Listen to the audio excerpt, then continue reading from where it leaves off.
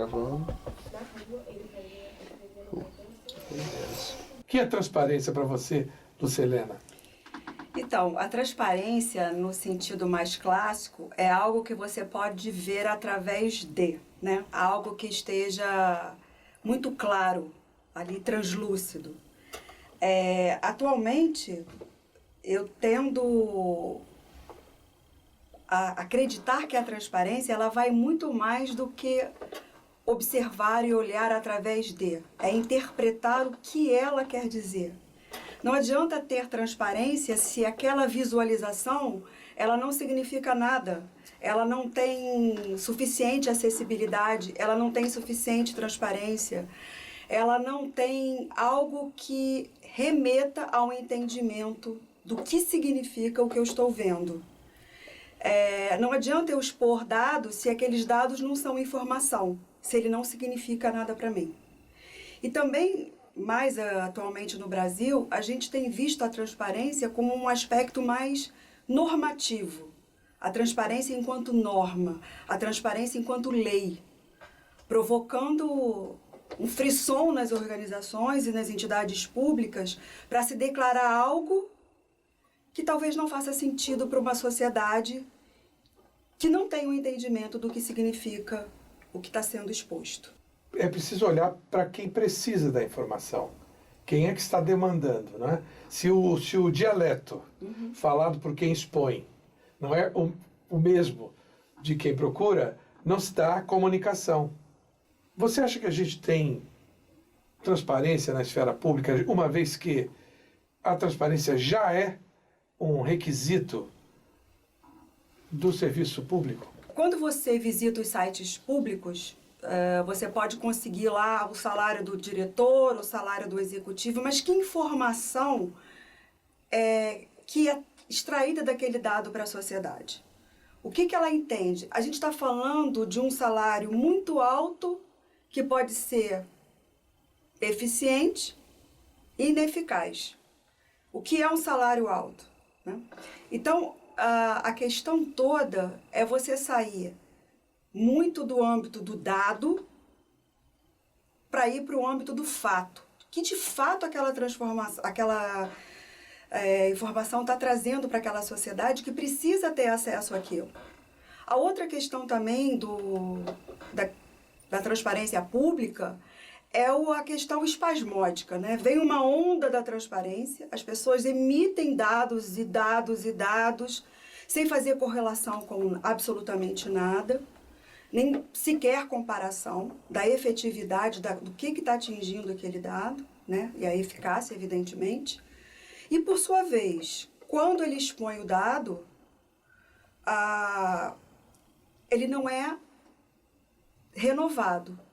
Então, o que você encontra são milhões de sites públicos que não têm um dado atualizado, que não têm um dado comparado. É espasmódico mesmo. Vem uma onda, vamos ser transparentes, a gente assina os pactos, enfim, e vai. E aquilo some, e aquilo desaparece. E quando você olha, a sociedade vai ver um balanço financeiro, um balanço econômico, e o que remete aquilo para ela? Qual é o entendimento que ela tem daquilo? Aquilo é muito, é pouco, é efetivo, é eficaz? Então eu acho isso, a gente não tem uma transparência. Evidentemente que a gente não pode desmerecer os avanços de uma lei, tanto da lei anticorrupção quanto da lei da transparência. A gente não pode desmerecer isso, mas ainda precisa ter uma evolução do mérito dessa informação. Você acha que, como consumidora, como cidadã, que no meio privado existe transparência, já que a gente falou da esfera pública? Então, a transparência no âmbito privado, ela está indo a reboque dessas leis, como a anticorrupção, mas também no sentido muito espasmódico e daquilo que interessa. As empresas privadas, elas não são impactadas pela lei de acesso à informação, né? Então, ela emite aquilo que melhor lhe convém, melhor lhe interessa. De qualquer forma, os balanços sociais, os relatórios de sustentabilidade, eles têm evoluído. Mas o que a gente percebe na literatura é que esses balanços, esses informativos, eles não são auditados. Então, eu dou um efeito muito marqueteiro àquela solução. Então, assim, é eficaz? É efetivo? De qualquer forma, eu acho que a empresa privada, ela tem uma evolução. Hoje já tem nós temos as empresas que são signatárias do Proética, que é associado à CGU e ao próprio Instituto Ethos. De 375 empresas, apenas 25 passam a fazer parte dessa lista do Proética. Muito pouco, né? Muito pouco. De qualquer forma, há uma evolução. Agora, da mesma forma como a esfera pública, ela não é uma informação, uma transparência perene. Se a transparência não for perene, não é a transparência. Está aí um bom atributo também. A perenidade da transparência, a acessibilidade, o entendimento da sociedade, ela é muito importante. Como é que você, que é mestre por um programa de bens culturais e projetos sociais, você acha que o tema transparência caberia neste programa? Eu acho que caberia, sim. No mestrado, a gente tem a oportunidade de avaliar as empresas, especificamente, do ponto de vista da cidadania, as empresas privadas, elas têm avançado muito na questão das retratações. Hoje a gente está num cenário de transparência, de lei anticorrupção, e as empresas privadas, elas têm feito públicas retratações sobre, por exemplo, a questão do Lava Jato. Isso é uma evolução onde ele, de fato, passa a informação, ele passa o dado da corrupção, o dado, enfim, quando empresas entram em acordos de leniência. De qualquer forma, dentro do mestrado, dentro dessa avaliação... Será que é um bem cultural? É um bem cultural. A transparência? A transparência é um bem cultural. E aí você está entrando numa esfera que é do intangível. Do intangível. Mas é um bem cultural. É um bem intangível. É um bem intangível. Transparência deveria ser um patrimônio cultural da humanidade, né? Que era justamente a pergunta que eu sempre faço para os entrevistados, que como que a abordagem da tua área de especialização contribuiria para mais transparência?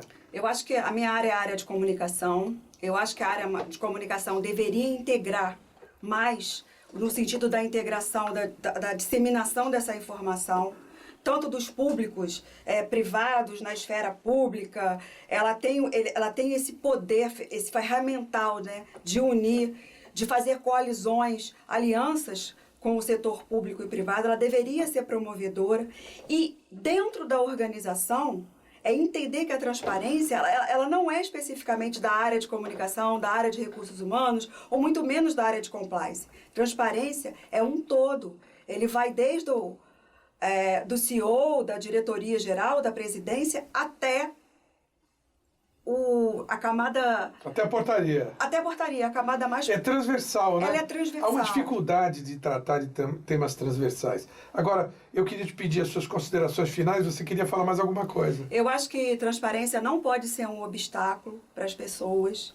Eu acho que ela tem que fazer sentido. Não adianta eu só ter dados, ela tem que fazer algum sentido. Eu tenho que extrair informações ali. E eu acho que o país deve investir numa cultura de transparência, mas não só na esfera pública, no sentido das organizações públicas ou das organizações privadas. A gente se distancia muito das igrejas, das escolas, das comunidades, das associações de moradores. Então fica tudo muito plotado nessa esfera pública de empresas e instituições. Mas e as outras? E a família? E a transparência na família? E os programas, né? Eu, enquanto cidadão, como é que eu posso cobrar a transparência se no meu âmbito familiar isso não é discutido, não é trazido? Se as escolas não trazem esse tema para dentro. Remetendo um pouco à minha infância, nós tínhamos uma matéria chamada Moral e Cívica, onde se falava de transparência na escola. Então, eu acho que transparência nas relações, né? Nas relações como um todo. Eu acho que tem que ser um processo de aculturação no país, né?